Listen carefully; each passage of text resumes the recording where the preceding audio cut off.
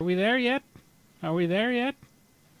4, 3, 2, 1. And yes, We are live. I think we are. Am I moving on the screen there? No, you are very, very still. Well, we are both very, very still on the screen there. That's weird. Is there an issue, or is it just my reload the page? I will have a look. I don't know why. The robotic. Bleep, bleep, bleep, bleep, bleep, bleep. Well, hello everyone. If hopefully you can hear us. Okay. Yes. Well, anyway, the sound seems to be working. But okay. No, we're moving now. That's good. We can go now. We can do it. So hi James. Hello. How are we this week? Quite all right. Pretty A quiet boot? on a boot. Yeah, I have to, go with the Canadian stereotypes, eh? Yeah, a boot. Even though I'm French Canadian, so we're totally not that, but I still endeavor to live the But A boot. Okay, so all right, yeah. so what's new this week? Anything interesting? Just skimming through. CBS chief says more original programming will keep Star Trek fans subscribed. I was skimming through that, and it doesn't really say much apart from things like the Twilight Zone and yeah, I mean, the I Good think Fight. the Twilight Zone will keep a few folks subscribed for a few more months, depending on how is it gonna. I'm not even sure how many episodes there are gonna be. Probably gonna be like 12 or 13, like the current run of let's see, Twilight Zone. If I look on IMDb just for fun, 10 episodes. So that's gonna get people keep their subscriptions for 2 or 3 months, hopefully. So, and hopefully, they still have. There's apparently a very, very, very strong fandom for The Good Wife, which is the actual first original program for CBS All Access. But I heard something very interesting. You know that Netflix canceled recently a sitcom, a family sitcom. I don't think One Day at a Time was called, and what I read is that CBS All Access was interested in it, but somehow there is a clause in the contract that the production company signed when they signed on for Netflix, is that they can't go to a video on demand service for 2 years. Sounds about the same that they did with the Marvel shows with Iron Fist, Jessica Jones, Luke Cage, and Daredevil. Yep. Nothing stops Marvel using them, but they have to wait a 2-year period before they can be relaunched anywhere else. If they are to be on the regular broadcast shows, I think there's only a few months wait. So in other words, they can whack them on a normal TV station. So well, it's kind of like what some non-competitive clause just to cover their rear ends. So it's an interesting development in the world of video on demand, because I never heard of such a clause in the past, because back then Netflix was the great rescuer of shows, not the great canceller. But now the tables have turned, and Netflix is canceling shows left and right. So. Well, yes and no. I mean, there's still people have got this thing that because they've cancelled a few shows now. I mean, yeah, the Marvel thing I think is a bit of a but it's no different than when, say, take Salvation, the last CBS show that I was watching, and actually a bit miffed that they cancelled. but yeah, I mean, it's nothing new. TV shows get cancelled all the time, and it's one thing that you ask anyone that lives overseas, and they'll tell you that they kind of don't really watch shows now made out of America unless they're guaranteed, 2 or 3 series, because you can watch one series and it gets cancelled. But there seems to be this big thing at the moment that Netflix is going to fold and stuff like that, and it's because it's not doing very well in America, and it's just like, well, yeah, I get that, but the world doesn't end at the American border. They still have the international distribution for most of, for Titans, for example, that we have here in Canada. Though for the Doom Patrol show, it's going to be here. Bell Media acquired it, so it's going to be on the Space Channel alongside Discovery. So it's all about who pays the biggest amount of money, or who they want to offload it to. I mean, Netflix has been very lucky, I think, up until now. They're hitting the tougher and tougher competition. There's Amazon that is getting pretty strong, and the thing is, Amazon has near infinite resources. I mean, if they want to put all their money into a show, even though it's not bringing them any subscribers, but they really want to, like some folks think that CBS is doing. But thing is, Amazon has actually the means to do that. But I don't think CBS has that much flexibility. No, I mean, a lot of people need to take into consideration that,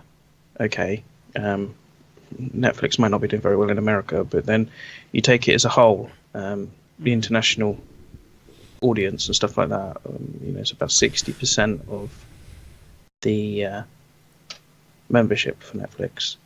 I think it worked out something like 47% of the members for Netflix are based in America, and the rest is international. Yeah. So yeah, I mean, if they don't do very well in America, then they're going to get taken a hit. Yeah. But the thing about those services also is that there's a certain limit on how much they can make each year, because it's a subscription service. So if it was a video store, I mean, someone could go, and I'd say video store. Let's say like a Best Buy shop or something. Like someone can go one day and buy $5 worth of stock, and then come back 2 days later, buy $1,000, and then so much so. But with Netflix is that once everyone in the internet is subscribed to your service, you can't make more money. No. And the thing with capitalism is you don't want just the money, you want all the money. Thing. And so they were bound to hit that wall eventually, because I think they might have reached like the upper amount of how many people that are willing to subscribe. And at one point, like, you can't, like, if you hit that, you can't keep getting new shows and producing new shows if you hit that limit in terms of subscribers. The most you can do is raise the prices, and they've done that last year, so they can't really keep doing that every year. I mean, in the UK, the prices I don't think have gone. I'm just trying to think. It's still around about 10, 12 quid, I think. So they've not been risen here. But I mean, you've also got to bear in mind that there is only 2 streaming services in the UK: Amazon Prime and Netflix. So I mean, there is going to be a competition between the two of who gets them, and Netflix seem to get 50% of what comes out of the States. So either that, or it heads to like Sky or something like that. So I mean, we'll see. Yep. But apart from that, the only other news is we have a little boy.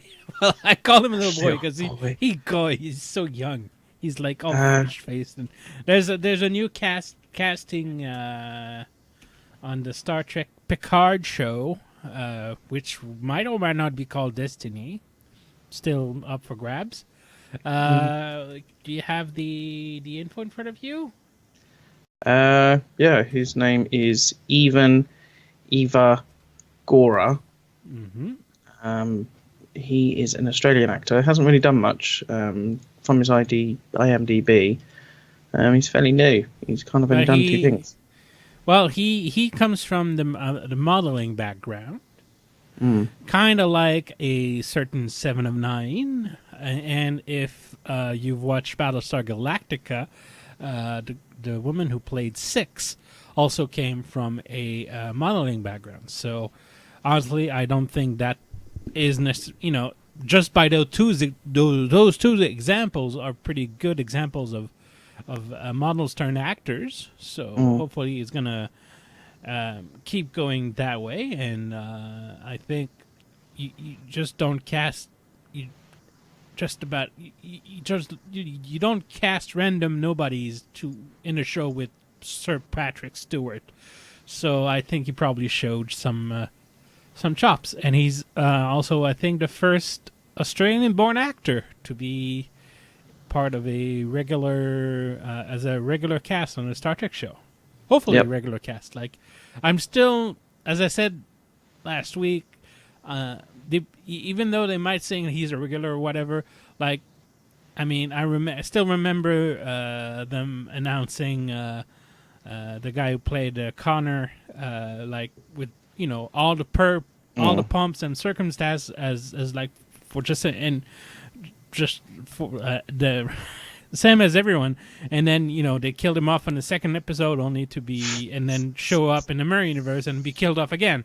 So we see him in. So as I said, it's nice. We'll see. I mean, but for now, I mean, there's still a lot of ifs and ands about this show. I mean, we still don't know where it's going to go international. There's been no hint of that. There's been talk about it, CBS International and stuff like that. Now, I mean, I mean, in Canada and Australia, they've just launched their own versions of All Access. There's no hint that it's coming here in the UK, so I don't know. It could end up on normal cable, like Sky TV or that sort of thing. But I do think that it will head back to Netflix. It literally, the only reason I'm saying that is because it is the only place that Star Trek is shown. I mean, we've got reruns on things like the Sci-Fi Channel and the Horror Channel, believe it or not. I've never understood that. But as far as CBS channeling goes here, I mean, we've got CBS Reality, which just seems to be Judge Judy all the time. And then I think there's a CBS, it shows like old reruns of like crime dramas and stuff like that. But everything else, like things like Criminal Minds and stuff like that, tends to go to Sky One or Sky Living, so Sky TV. But as far as Star Trek's concerned, it's all on Netflix, with the exclusion of the films. The films are only on Amazon Prime, I think. Yeah, but that's still because of the Paramount thing. And no, didn't you know everything's made with like a Paramount license nowadays? So, that's sarcasm for the folks at home. But yeah, so Paramount still has the movie library, and that's separate in terms of distribution, but nothing else. Fun fact for you, and a lot of people are like, "Oh, well, it's got Paramount on the box." Yeah, Paramount still do DVD and Blu-ray distribution for certain CBS things. Even though, just hold on, let me.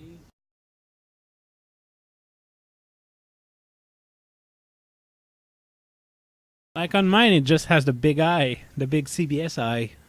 Yeah, in Canada, it is done by CBS. Yeah, but yeah, I've seen that some other place around the world, it's distributed by Paramount.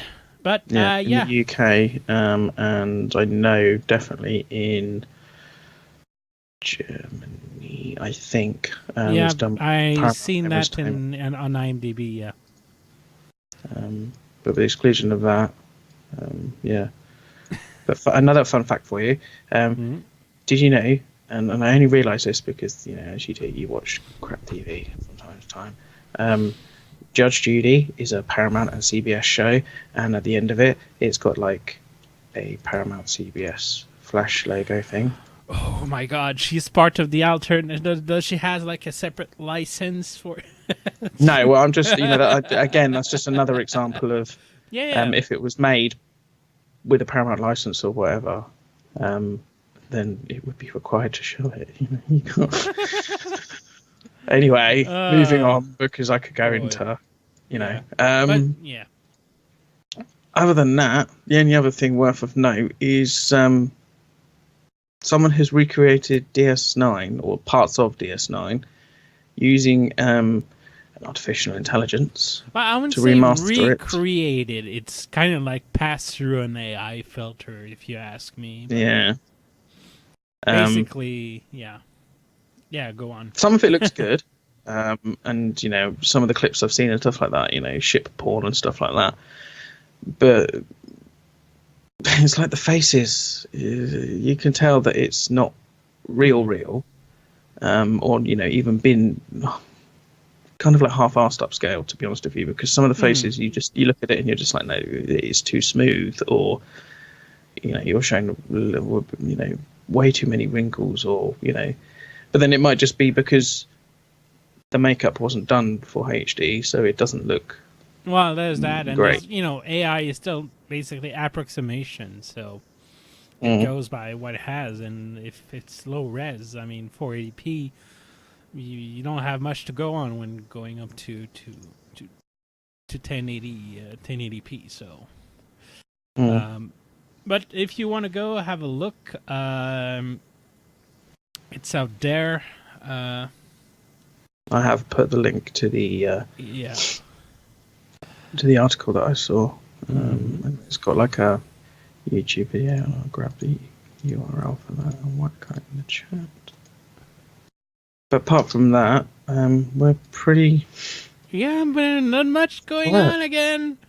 And then, as usual, it's all going to come down probably on Wednesday, when we're going to have the name for the Picard show, and we're going to have like a synopsis and everything. It's called just because. Yeah. Briefly touching on this week's Red Angel theories. Okay, yeah, do go on. Well, just everyone seems to seems to think that it's Airiam, or people are still convinced that it's time-traveling Spock. Spock could be a possibility, Spock or Burnham. Given of what we've seen from this week's preview, someone's getting tied up to a middle chair. So, I mean, I do think it's going to be something to do with what was it, subspace transporting or something, wasn't it? Yeah. In that episode, in the Daedalus episode, Daedalus, just hold on. Yeah, because Emery Dickinson had like some kind of a project about sub-quantum transporter technology. That's it. So that could be like some kind of a prototype, or we'll see. Because the way the preview, I mean, I gotta say, first of all, the preview for this week's episode was wonderfully made.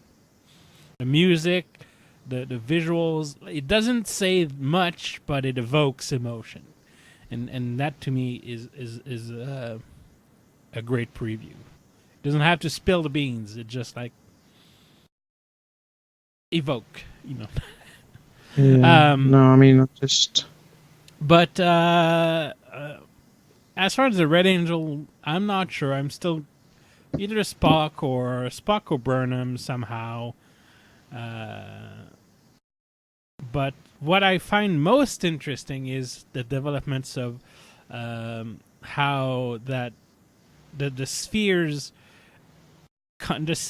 content getting nabbed by the control AI and that whole subplot there, how it could bring what we've seen in the Calypso short. Because if you remember the Calypso short, we have Discovery that's waiting for 1,000 years and it's some kind of a storm with an AI on board. So, it could be that they took what's left of Airiam and merged it with the sphere's content to try and make and birth that AI, and they let it kind of mature for 1,000 years, and then I don't know, they programmed their ship to go back in time and then save save the past or something. I mean, to be fair though, it's the only short that hasn't been referenced. I mean, yeah, but people are saying, well, Runaway wasn't directly referenced, but I think that was more of a character piece. Yeah, because there's been several references to Tilly and her mother, especially in the last episode, where where Tilly walks into Airiam's quarters and talks about the fact that if she could upgrade her memories and download them, she wouldn't even recognise her own mother, that sort of thing. I mean, it's definitely the only short that hasn't been tied in anywhere, and I can't remember if they said that they would all be. Well, they all said, didn't they? That they would. I don't think they said that it would all be kind of connecting, but I think maybe they would have all kind of a meaning, but we'll see. I mean, it was the only standalone. I mean, who knows? I hope it's someone or something that is new and original, and not a regurgitation of everything that's come before. But yeah, anyway, we still have two other shorts to come also this summer, so looking forward to that. There's talk about them being animated. Yeah, it's going to be in a different animation style than what's coming from Lower Decks. So I don't know, and we still don't know what kind of animation they're doing. They basically, CBS is building a new animation studio just for that project. So I mean, I think CBS really wants to go all in on the producing. So we'll see. Hopefully, it's going to be nice. I really wish for something that's more of a Star Wars Rebels than Star Wars Resistance. I haven't seen either of those, to be fair. So I don't know. Resistance is kind of a weird cell shading kind of thing. It's kind of a little off-putting. I guess you would get used to it, but anyway. But yeah, so we'll see. Otherwise, this week's episode was, gut punch. Yeah, I think we all kind of saw it coming from the first minute of the episode, because usually if you have such a focus and you were not a main character before, I mean, they're really setting you up to to die. It was a very well done episode. Now, there's where to begin. I mean, we didn't really know much of Airiam, and they seem to have condensed, everything that we kind of needed to know to connect with her, I think, and explain how she ended up the way she was, and the fact that it showed that she had interactions with the crew and stuff like that, all in the. I think this week was actually, I think it was about nearly an hour long, 54 minutes in total, I think. It's I think that they did a good job of kind of catching up on the lost occasions, and I think it's probably shortened seasons and shorter seasons. You had to make some calls, and you had to put focus on something else. So I mean, I can't say I forgive them, but I understand the choices that were made in the past episode. But I think they still managed to catch up well. I mean, just with the memories and showing, and there's some nice touch with the little bottle of sand and a little Buddha statue and Krishna statues in Airiam's quarters, and seeing the ordeal that she has to go through every week and to clear up some memory. I think Memory space. yeah, I think they did a good job of kind of humanizing her, and the way that she replies to Tilly when she says, "I'm not a robot.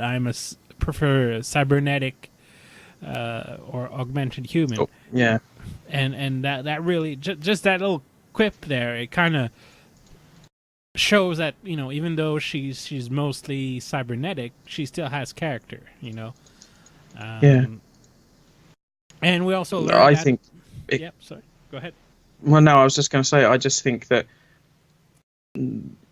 everyone was assuming that she was some sort of like android or anything like that, and I mean, even though it was mentioned before that she was an augmented human, no one really took much notice on it, and I think it was more this week because it flushed out so many aspects. You know, the fact that it showed that she still had feelings and thoughts of her own, and everything like that. It showed that she was individual. She wasn't just like a data. Because obviously, you know, even though throughout TNG and stuff, you did see that Data kind of not had emotions, but, you know, had aspects of like he learned things and stuff like that. He still was kind of, I don't want to use the term, but, you know, like a robot. He was really until he got his emotion chip, and then obviously you know, he had. It all went downhill from there. But no, I think it was just nice to see, even if it was just for one episode, flush out the character. And I think the way they did it was why it was such a gut punch at the end that, you know. Well, hopefully they won't pull that one for every part of the bridge crew that we don't see, you know, regularly on the episodes. But, you know, it's still, I still kind of feel bad for the actress. I mean, it's kind of sad to see like an actor having, you know, I kind of feel like, you know, oh, you're gonna go find a job now. Kind of. Yeah. Well, apparently in this week's Ready Room, she was asked whether it was something that she knew going in, because obviously she replaced the original actress that played Airiam, and apparently yes, it was something that she knew. You know, once she'd been given the part and stuff, that it was something that Alex Kurtzman had discussed with her, and, you know, gone into great detail about this is where they wanted the character to go this season, and, you know, so yeah. Well, I guess in the future you don't need much many spore drive operators. So, you know, that's one less officer to need on the bridge. True. But did they say, because I didn't see that interview, did they say why they changed actress? Is it just because, you know, the old actress was allergic? Because rumors says like allergic to the makeup, but we never heard any positive. I watched it. I don't think it was mentioned. I could be wrong, because with things like that, it's one of those. I think it was only like 20 minutes, and it's one of those things that you have to watch a couple of times again to actually like absorb all the info in it. But no, I mean, it's kind of funny as well, the fact that Hannah Cheesen kind of is someone that no one really, and I don't want to say no one really paid attention to, because that sounds really bad, but you know, it's someone that they didn't really interact with, I think, until this gone week on social media and stuff, and she's very interactive with the fans and stuff. You know, she's been retweeting and liking, and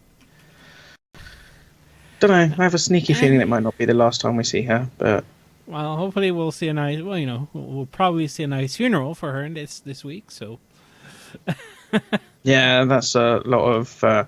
People are now trying to connect her funeral being shot off into space with her becoming the first Borg queen and things like that. It's just like, leave the Borg alone. Well, to me, the biggest thing for me is it's like, you know, yes, we all know that Discovery is kind of, you know, not retconning, but, you know, is kind of visually rebooting certain aspects of it. But I don't think that they're going to go back and try and tackle the origins of the Borg, especially considering it's been established in canon now for well over 20 years, thanks to the episode Voyager Dragon's Teeth, that the Borg are over 900 years old by the 24th century. So, anyway, David Mack already did the origins of the Borg. Very, with the Destiny novels. If you haven't read those, look into that. I'm kind of like reading that book now. I do appreciate the fact that one of the first people to be assimilated by the Borg was a French Canadian character. So thanks, David Mack. I guess. Yeah, just I'm kind of only on like page 20 something because I only started reading it the other day. So it's kind of a spoiler, but you'll see how it goes. I mean, it's pretty clear of where it goes when you see that happening. When you read, I do know that the basic outline for the book anyway, because it's the general Trek one of the books. Osmosis of knowledge. It's been one of those things that I've kind of wanted to read ever since I actually found out the basic plot for it. It's still a good read. A lot of fan wank, but that's what authors do. Fan wank. I still love that word. Word. But the thing is, I say like lots of fan wank, but again, it's a book. They can afford it. They can do it. But when I say fan wank in a more negative sense, it's when people say, "Oh, it's going to be the book that adapted in a movie." When you clearly know that they can't and they won't. So, it's putting keep the fan wank for the books, or all your fanfics. That's where it belongs. And you can have a shirtless Kirk if you want, laying down with a naked Q and have some Trelane on the side. I mean, speaking of a great fan wank, a very, very, very good one, is actually a comic book that's in production right now. It's the Q Conflict, where you have the crew from every single every show except Discovery and Enterprise. Basically, anyone that has had an interaction with Q or Trelane. I mean, if you want to see, I mean, let me read you the team ups for. Kirk's teams is composed of Kirk himself, Leonard McCoy, Lieutenant Worf, Lieutenant Dax, Jadzia, Tuvok, Miles O'Brien, and Quark. And then you have for the Enterprise E, Jean-Luc Picard, Spock, and you have Gates McFadden, Dr. Crusher, 7 of 9, Odo, LaForge, and Uhura. And for Ben Sisko, you have Sisko, Chakotay, Data, Sulu, Bashir, Deanna Troi, and Harry Kim.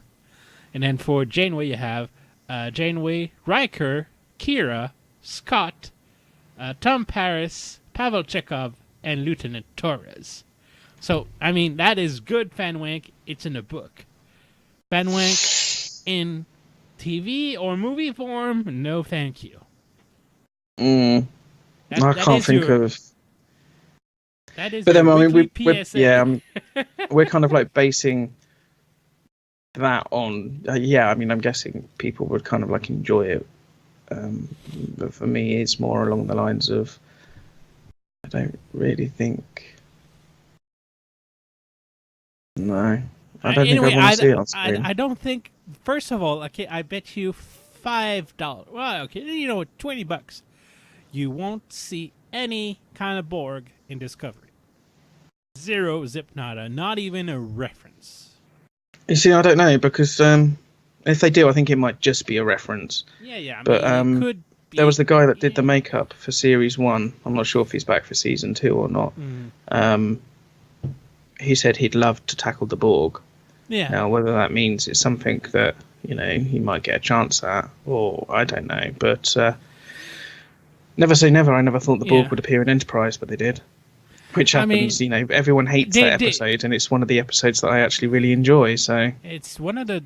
It kind of solves a little plot. I wouldn't call it a plot hole, but a little unsolved thread of I think you had that Borg addiction in the writers' room, and you had to scratch that itch, and they found the perfect way to do it. Again, well, believe it or not, apparently series 5 or season 5, before Enterprise was cancelled, was originally going to have an origin story of the Borg.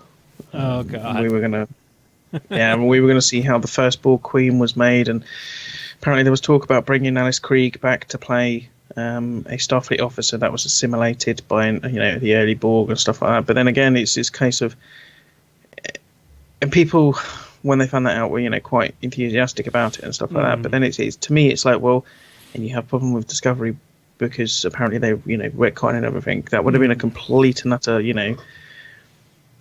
I still with everything that had been established before.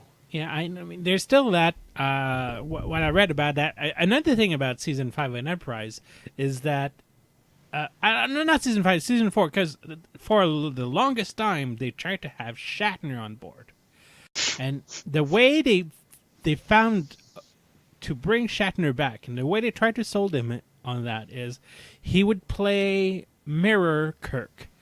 That would have been transported in kind of a temporal prison. Basically, when you were killed by the Daedalus device, the thing in Kirk's quarters that zaps people, it kind of brings you into what's the the prison where the Superman villains are. It kind of brings you into kind of a temporal phantom zone. Raw. And then the NX-01 would have kind of found a doorway to that phantom zone, which is kind of outside of time. Okay, yeah. And then he would have brought an older Tiberius from the Mirror Universe, and that would have wreaked havoc in something. So, yeah. And then you complain that Discovery went to the Mirror Universe 10 years before everyone and kind of bricks canon because, God, shut up. See, the funny thing is I call it like 90s era of Trek because it was, even if Enterprise was kind of like a early 2000s, yeah. Yeah, it's all kind of the same formula, and it has its place, and I do love it, and I find myself watching more and more TNG just like on in the background sort of thing because it's easily watchable in that respect. But some of the plot points they came up with, I just think to myself, it's just, I don't know, personal. It's personal, I guess. I look at it now and I'm just thinking, God, that's cringy. And, I just think to myself, if that was out nowadays, people would watch it, because they watch the Bourville. But I don't think it would entice. It wouldn't have the grab, I don't think, that, something like Discovery does. Purely and simply because it's so cringy, some of it. Well, we'll see. And anyway, we should get back to the actual episode because we saw some Spock things happening, and Spock wasn't taking any this week. He was clearly emotionally compromised. And then again, people will, he threw a chessboard on the floor. It's not not my Spock, and You see, I saw something. I don't know if I can find the thread now, but basically, there's a GIF out there that is all to do with Spock bashing up the monitor from TRS. Yeah. I just thought that was hilarious. Not only because the fact that it kind of like proves a point that in certain aspects he did obviously show, some sort of emotion. Thing is, but, because one thing I find that they never, and that I find that Discovery does that the other shows never did, is explore Spock's humanity or lack thereof. And I think, and we've talked about it, and how that door to humanity has been shut in his face by Burnham, clearly hurting him and his whole growth process.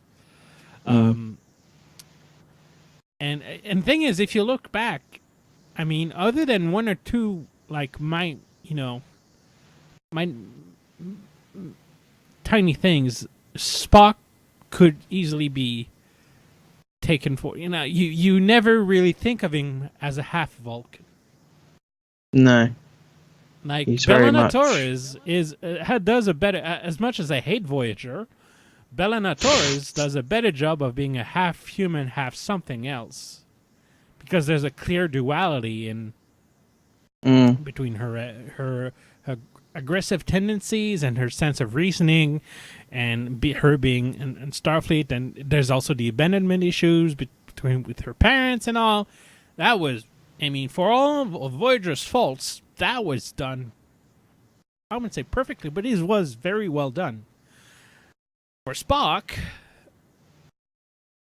I mean, you have the stuff that in the cage that was initially, because initially the whole logic and logic kind of computer mind was to be with the number one character, but that character, got the trapdoor and it kind of all fell back onto Spock, which is, I think, they kind of, they're playing with it, and that's fine in Discovery. But other than that, there's not a lot of Spock's humanity, and I think they're trying to discover. As I've said, I'm sorry, I'm repeating myself, but they're showing him trying to deal with. They're showing him dealing with more of his humanity in like 2 episodes than he did with the rest of the series, the rest of like the Trek franchise. I mean, you've seen him getting bullied in both Star Trek 2009 and in the Yesteryear episode of the animated series. But then again, I mean, he was still acting Vulcan. He was still speaking as a Vulcan, and he, so. Yeah. Yeah, I mean, it's something that I'm very intrigued to see how, by the end of Series 2, that they make him very logical thinking. Yeah. And, not showing emotions as much and that sort of thing. Because, I mean, I don't see... how many episodes are left? 5. So... It'll be interesting to see how they kind of like bring it all together, to be honest with you. And it might be something that I'm hoping that, that just as Series 2 wraps, that they announce that there's going to be a nice Pike Spock spin-off. That'd be great. I mean, they still have a, limited series, 2 or 3 seasons, getting some character, could be fun. And anyway, with the way TV works now, you don't have to go full 10 seasons. You can, I mean, I think one thing UK showed the rest of the world is you can do limited run series pretty well. So that could be an interesting. I kind of just, I don't know. I just want to. I just don't. But no, the more and more I see Vanessa Mount as Pike, the more and more I really don't want him to go at the end of the series. And does that make sense? I mean, I wasn't. Yeah, I see. Yeah. But when they wrote out Lorca, I wasn't overtly bothered. And I was kind of like, he had a nice. How do I put it? Nice presence. A nice. Yeah, in the UK would put like, he had a nice ring to him, that sort of thing. But yeah, and it was kind of like he broke the mold because he wasn't the stereotypical captain. He looked like he had faults and stuff like that. But eventually when they wrote him out, I wasn't really that bothered. Be nice to see where he come, if they bring him back in, prime Lorca sense and stuff like that, to see how different J.C. Isaacs can play him. But there's something about this character that I don't want him gone. But one thing that I thought about is, because I know you don't really like the original series, but still, if you look at the Menagerie, I think I've raised that. I love how you're very diplomatic at the way you say that. I'm very diplomatic about it, but still, the way Spock's act in the Menagerie is like he knows what he's doing from the start. And what I think is he might already have seen, or he might see in the coming episodes, Pike's accident. Kind of a flash forward thing. He goes into a temporal thing, and he sees Pike getting the accident and then stuck in a chair. And I think, and then having had like 10 years to, and then like you add 10 years to that vision, and then you have Spock mulling over that for 10 years and having met personally the Telosians, because if you remember the Cage correctly, Spock never had any interaction with the Telosians before. And so it all happened in the episode, in the If Memory Serves episode. So I mean, there's a nice way of putting an interesting context in the Menagerie episode that I think was cruelly missing in because you have Spock acting that way, and like there's no real reason on why and what initiated this plan. Yeah, I mean, it was kind of always to me a bit of a loyalty thing, I think, more than anything. But you always got the impression that he was more loyal to Kirk than he was to Pike. So, like you say, there is that whole aspect of, well, it would be really nice to see why he does it, and is it because Pike does something, over? Or as I said, or I think I've said last week, it's just that Spock kind of dealt Pike's life in exchange for something in return. Like, yo, I need $20. Yo, can you give us Pike? Sure. Yeah. But speaking of, I mean, the idea kind of came to me because I remembered something from the old Phase 2 episodes. From the one that I think it was their second one, the one where they dealt with the Doomsday Machine War kind of thing. It kind of had a lot of temporal shenanigans, and you had Pike's Enterprise, and you had Kirk's like the Farragut, and then you had like the Future Enterprise, like from the like Enterprise A or something, and then there was time jumping, and you saw like the accident, and then you saw Future Spock.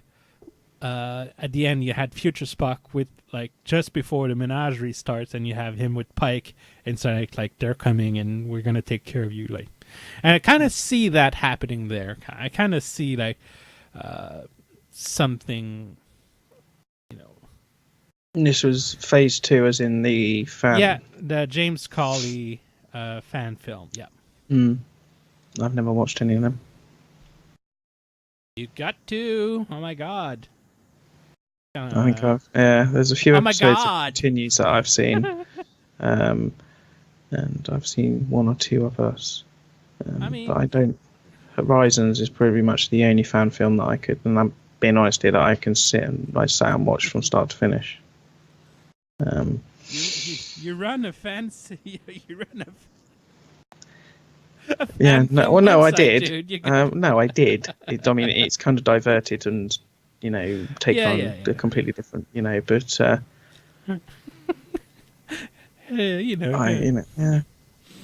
It is a Sure. personal thing, isn't it? It's I watched. I have a tendency to skip things. No, not skip things, but skim things. So I will watch like 5 minutes and say like it's an hour I long, and then will I will like go sit to you like halfway down through and and have you kind of like or Clockwork Orange and have you feed all the fan films ever. fair enough. Maybe not, but you know. I- We had a very emotional Spock. We had so the AI kind of thing with Control again. They seem to be picking up threads from David Mack's book of the same name. So we'll see how far that goes. I think it's pretty clear by now that the Red Angel is kind of trying to stop. It's kind of basically Terminator 2 with Skynet at this point. I think the it's Red quite Angel funny is because yeah. well, I was just going to say that it's one thing that I've seen chatted around today on Facebook.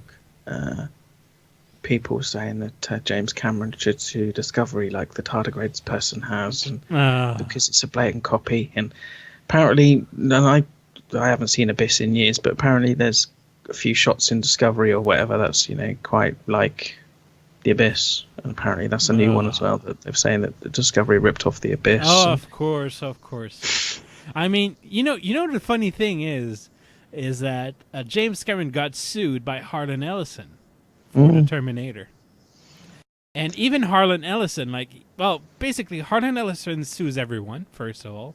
And second of all, even though, even Harlan himself, wasn't really sure that it was warranted, but he still went at it because that's him. and somehow he managed to win.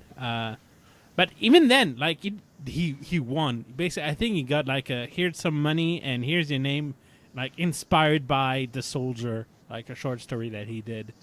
Yeah, I mean, if I remember rightly as well, it wasn't millions upon millions that he got either. It was just a few million, obviously. But I think more for him, it was more about the credit.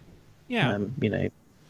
Which is fair enough. I mean, if you write something and it's almost not almost identical, but it's a strong inspiration. There's a difference. Here's a guy with a conscience that all he wants is to be credited and have a little kickback, and then you have someone else says, "Oh, I want a memorandum, not a memorandum, a full stop on the production, and I want all copies seized and destroyed." Of course, the judge will never go for that. Come on. But anyway, we're not here to talk about that. If you want more information about this, go on axamonitor.com for fair and balanced news. Some people would disagree with that, but no, Carlos does do a very good, write up, especially of this. And I think people need to read that a little bit more. But anyway, but yeah, so it's basically, as I said, it feels like Terminator, and you have John Connor in the Red Angel suit, and you have basically Skynet trying to evolve itself with knowledge from thousands years old ball. I mean, to be fair, I mean, it'd be quite cool if that's that's the way they're going with it, because it would explain why throughout Star Trek history there's never really been any sentient AIs, and there's always been something that they've either shied away from, or the closest thing we've got is it the M5 computer or the M6 computer? Yeah. And then, we've got things like the Doctor and, Data and stuff like that, but then they're kind of completely individual. They're not artificial. I suppose you could call them artificial intelligence. Well, there's that, but also I always go back and think in terms of real world things, and I don't think the mentality of cloud computing was there back in the 90s. They were still kind of you still had your computer on your desk, which was barely connected to the rest of the world. And yeah, so I think I'm not sure it's gonna Mm. kind of retcon, but I still think it's a nice way of taking you know, taking some stuff that we have now and pushing it forward. That's what Star Trek does so well.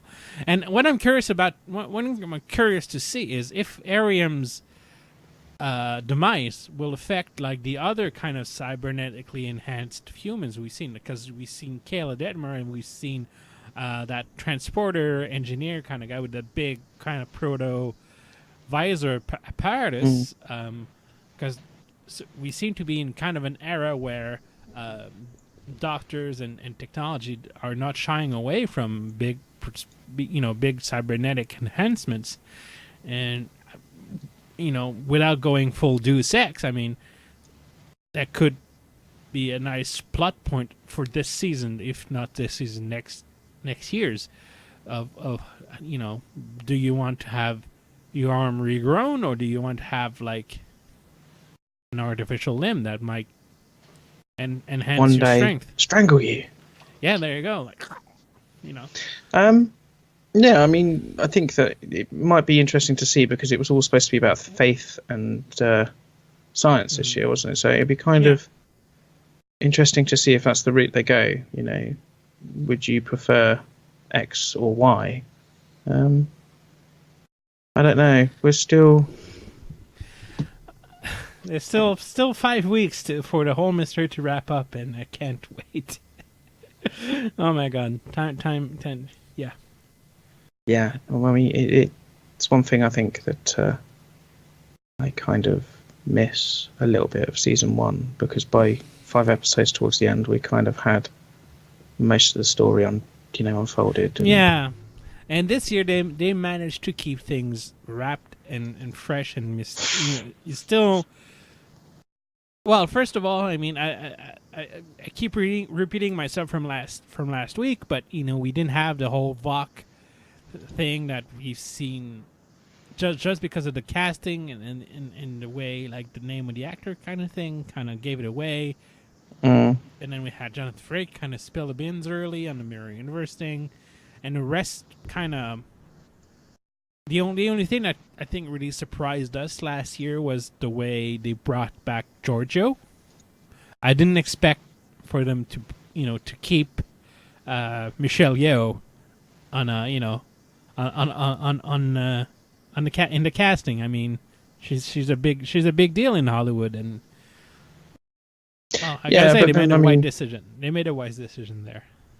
I mean, the rest of the cast, apart from a few that they might have appeared in like TV shows and stuff like that, they're not unknowns like previous tracks, are they? I mean, okay, yeah, you've got things like Avery Brooks and Andrew Robinson and Kate Mulgrew and stuff like that. I mean, especially TNG, they were most of them were like day soap opera actors. Especially, I look at Jonathan Frakes. I mean, he was Jonathan Frakes and John Delancey. I mean, those two were pretty big in kind of daytime dramas. The kind of things your grandma watches. So anyway, I digress. So yeah, I mean, the Section 31 base. A lot of people are like, "Oh, well, they never had a base." Blah blah blah blah.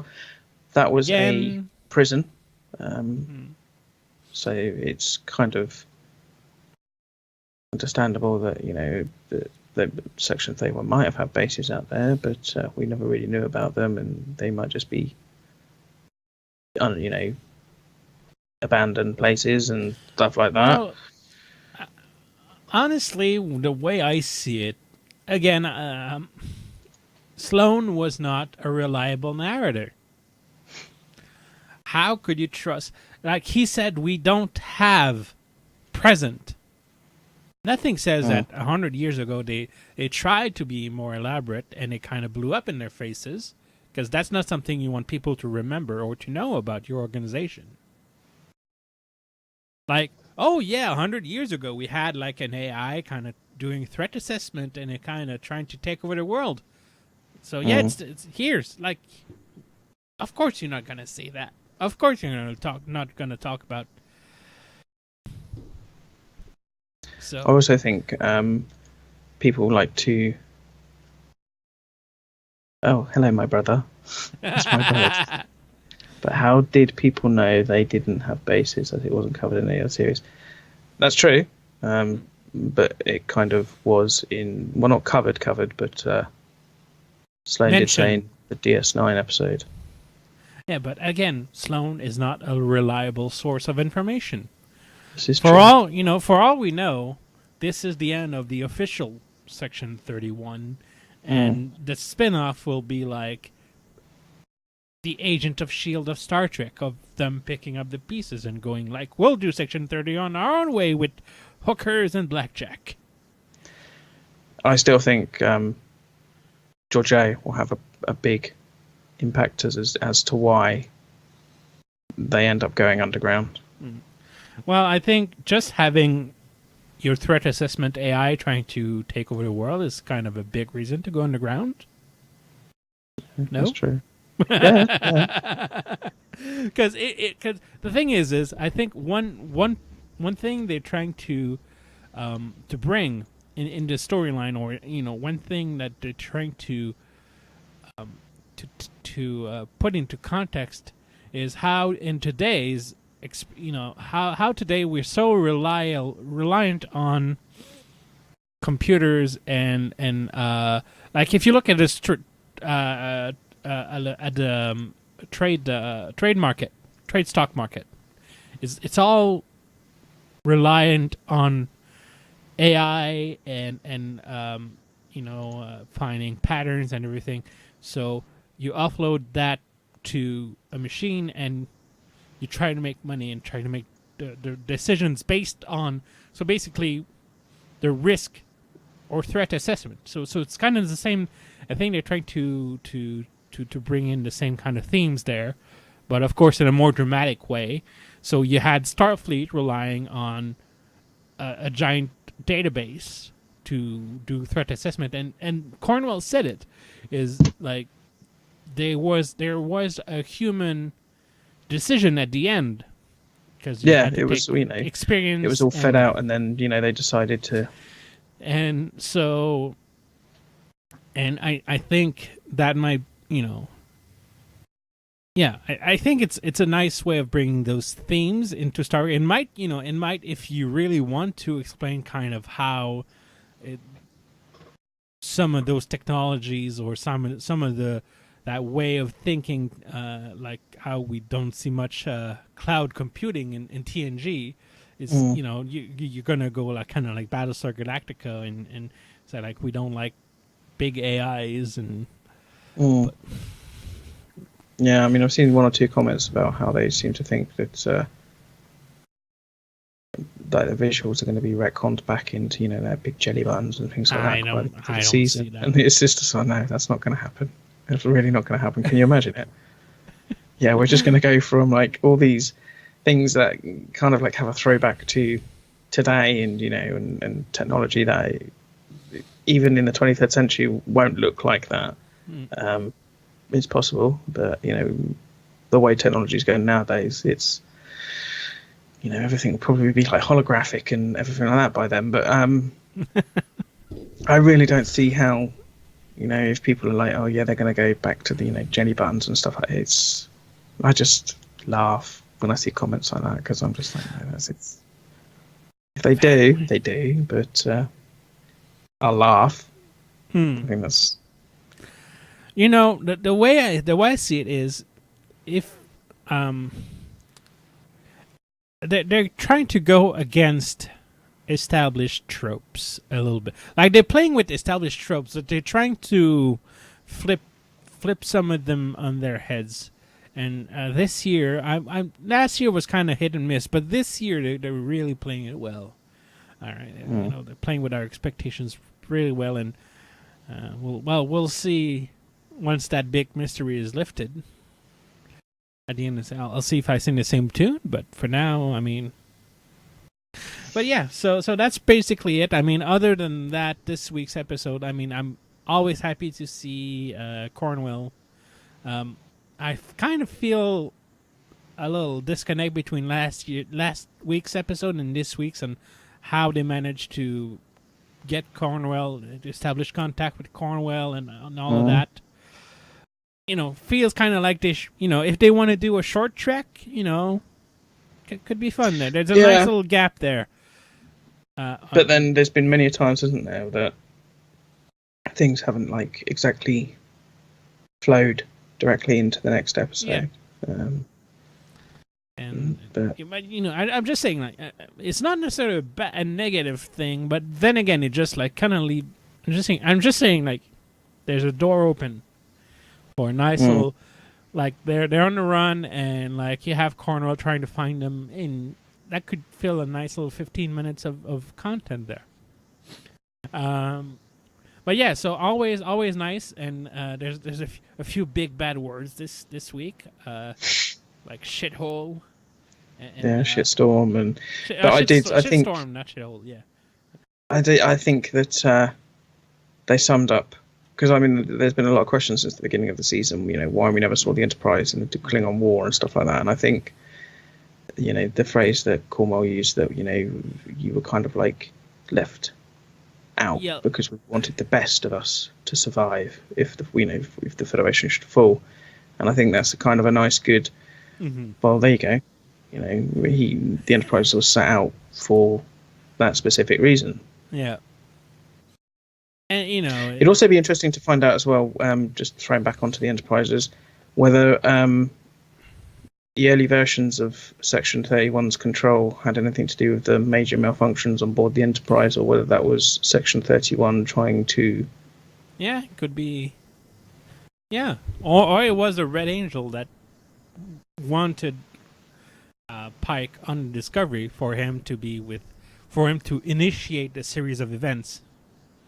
But then again, you get the timey-wimey, doobly, sloomy, slimy kind of thing, and then you need the big man in the blue box to fix it all.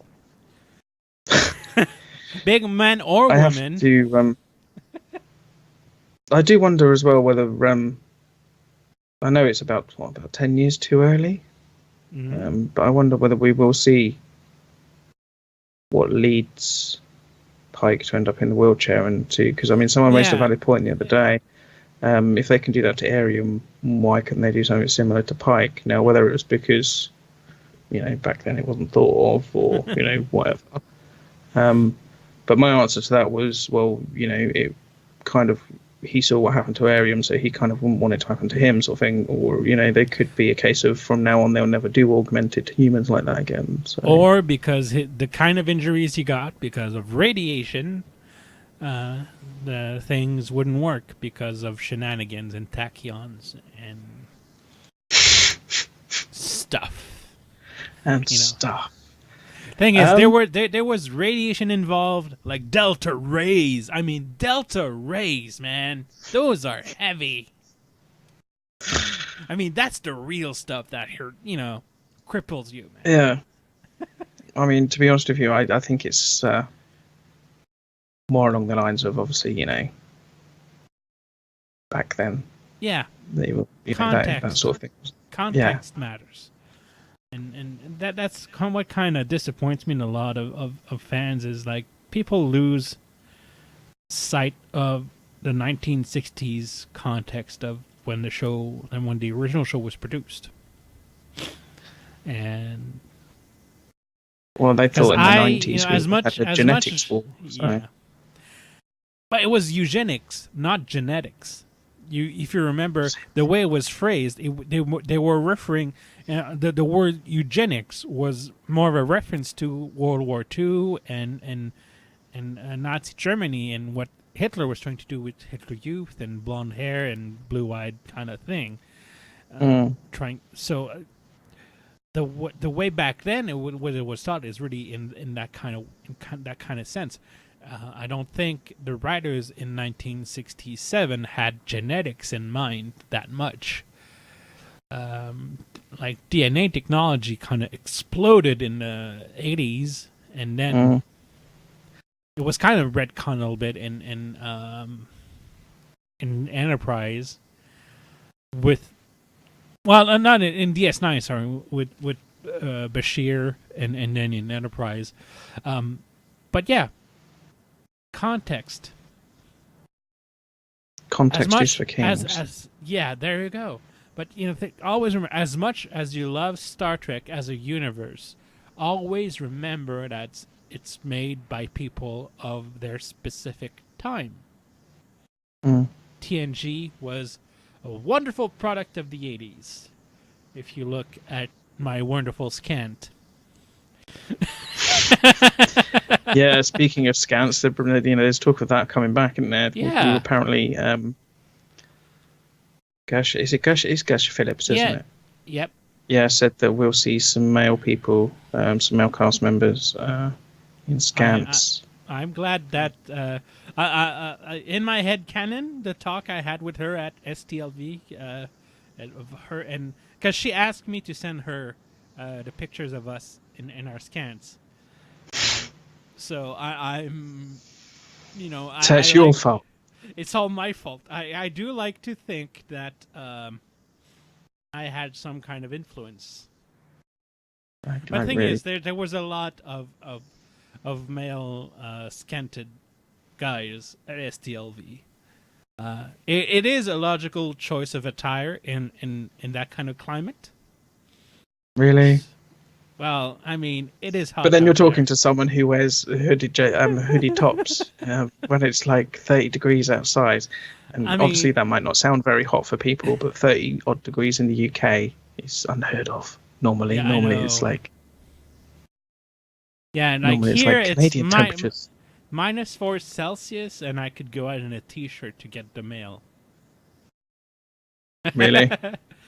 It's Canada, man. Come on. So Celsius, what's that in Fahrenheit? Fahrenheit is a thing of the past, especially Star Trek's future. But yeah, well, you still think of temperatures in Fahrenheits? Well, no, I mean we get it in Celsius here, but comparatively speaking, it's 24, about like 24 Fahrenheits. I can go out in a t-shirt for short whiles without too much of a problem.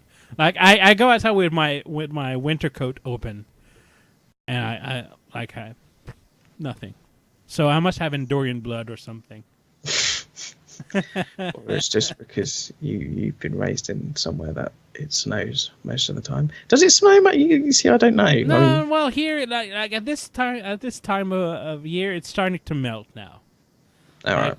So you have it's kind of like -4 and like in the morning, in the afternoon, and and during the day, the mountains and mountains of snow are slowly dripping away, and then you have like a very wet April because you had like 10, 12 feet high snowbanks. Once all of that melts, that water's got to go somewhere. So if you want to come, it's funny. Yeah, I just think of Canada, permanently in snow. No, that's my interpretation. And then as you move, we go from -40 to +40. Like in the summer when it's really hot, +4, you can go up to +40 Celsius, and then like in the cold January or February, it can go like to -40 with the wind. Okay. So hope you like. And there's me moaning about Britain. Here it's mostly grey and rainy. Pretty much, yeah. Thing is, I mean, when it's cold here, because we're not used to it being so cold, it is cold. It's not. But I don't know. Anyway, we're digressing completely. We're talking about that's weather. All right. That's part of what we do. But yeah, so anything else you want to add? No, I mean, I think this week's going to be a very, very short one because it's really isn't anything. I mean, convention-wise, I mean, there's no big conventions coming up anytime soon. I mean, there's been Emerald City Comic Con or Emerald City Comic, whatever convention. Yeah. And we learnt that Harry Mudd won't be back for anything in this season. Oh. That's about it, really. I mean, I might have missed something, but I don't. Going through like the usual. Let me just go through. See if we've seen missed anything.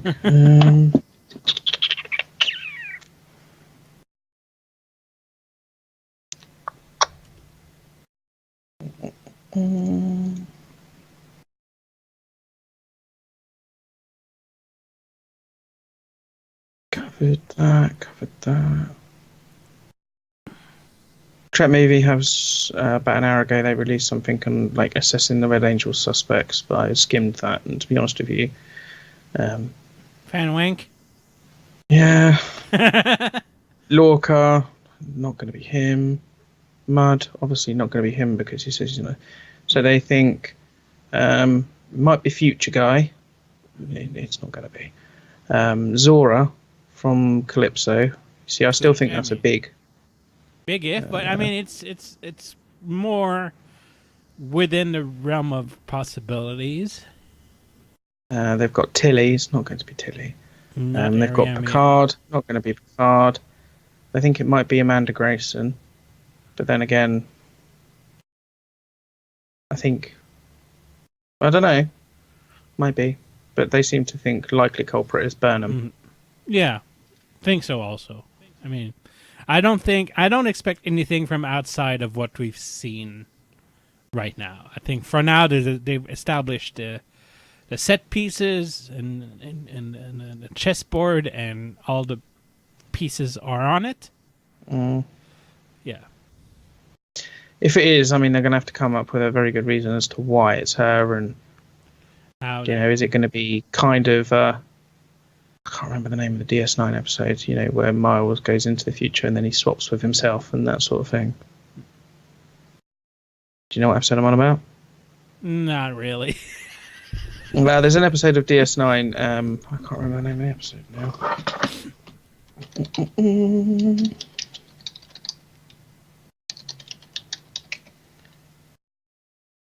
Visionary of DS9. Okay. Yeah. Where he has visions because he gets bombarded with certain type of radiation. Oh yeah, and you have O'Brien seeing himself die the whole episode. Yeah. Every 5 hours into the future. Happy St. Patrick's Day. I mean, it would be interesting. I mean, to be honest with you, I think that's the only real way that they'd be able to kind of retcon it all back again. Otherwise, it would be if she's time travel-y, timey-wimey, I mean, people are thinking that maybe Burnham will be killed off at the end of season 2. I don't expect that to happen. You don't hire,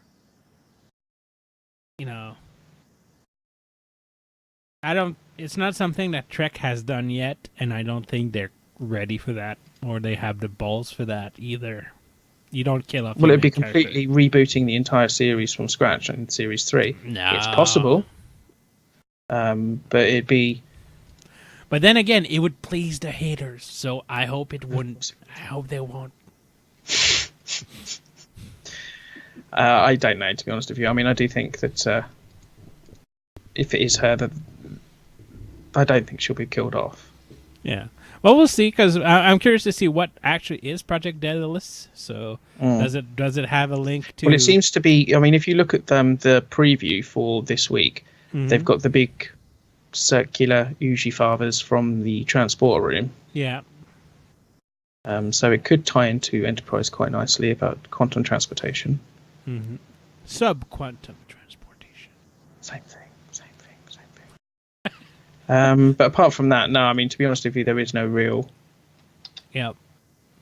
I'm not a big fan of the Red Angel theories. I mean, too much fan wanking going on, but again, that's my keyword.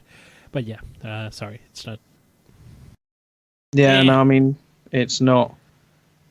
None of those kind of I mean, the three of them, Airiam, Zora, and Burnham, I think, the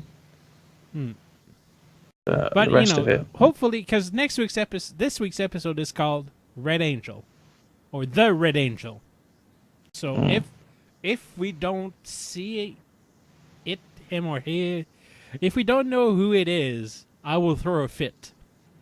I don't think they've released. Well, they released one picture.